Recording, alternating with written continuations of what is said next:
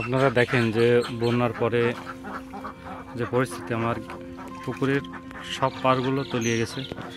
এখানে প্রায় 700-র মতো পাঙাশ আছে এবং এখানে আপনি দেখতে পাচ্ছেন যে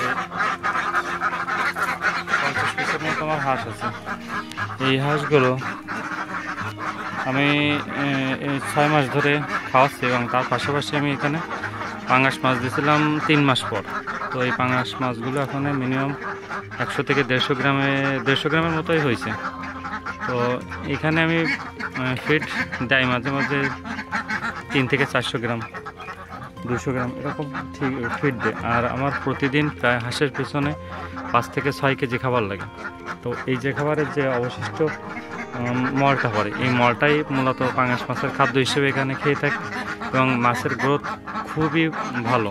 তো আপনারা শুধু হাঁস পালন করবেন এবং দেখবেন যে এই ধরনের মাচা করে যদি আপনি ঘর করতে পারেন তবে আপনি সুবিধা পাবেন কি, এইখান থেকে যে মাছটা হবে, তো মাছটা আপনার হাঁসের যে খাবারের খরচ, ডিম আসা পর্যন্ত যে খাবারের খরচটা আছে, এই খরচটা আপনার মোটামুটি বেয়ার করবে।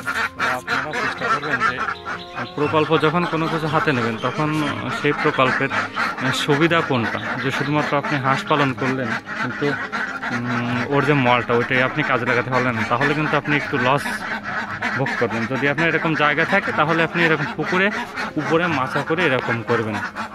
আমার এখন ডিম 8 থেকে 10টি উঠছে, মোটামুটি খাবার খরচটা উঠা শুরু করছে এবং মাঝে সমস্যা হওয়ার কারণে আমার ডিমের উৎপাদনে একটু সমস্যা হয়েছে। আমি হাঁসের এই সেটটিতে মাত্র 1200 টাকা, এখানে 8x8 এই সেটটা খরচ করতে আমার মাত্র ছাউনিতে 1200 টাকা খরচ হয়েছে। তো অতিরিক্ত টাকা খরচ না করে আমি এখানে এই ধরনের তাঁবু ব্যবহার করছি, এতে বেশ উপকৃত হয়েছে যে তাপটা এর ভিতরে প্রবেশ করে না।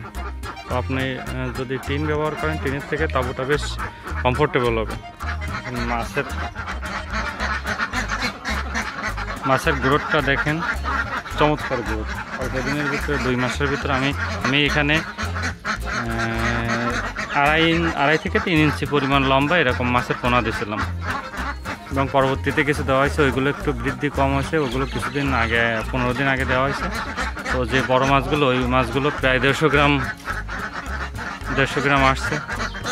তো আপনি হাঁসের খামার করলে অবশ্যই এদিকে খেয়াল দেবেন যে নিচে পাঙাশ, তেলাপিয়া এই জাতীয় মাছ দেবেন, এতে আপনি আপনার ফার্মের যে খরচটা ওইটা কিছুটা হোক আপনার উঠে আসবে। তো আপনার হাঁসে তেমন একটা লস হবে না।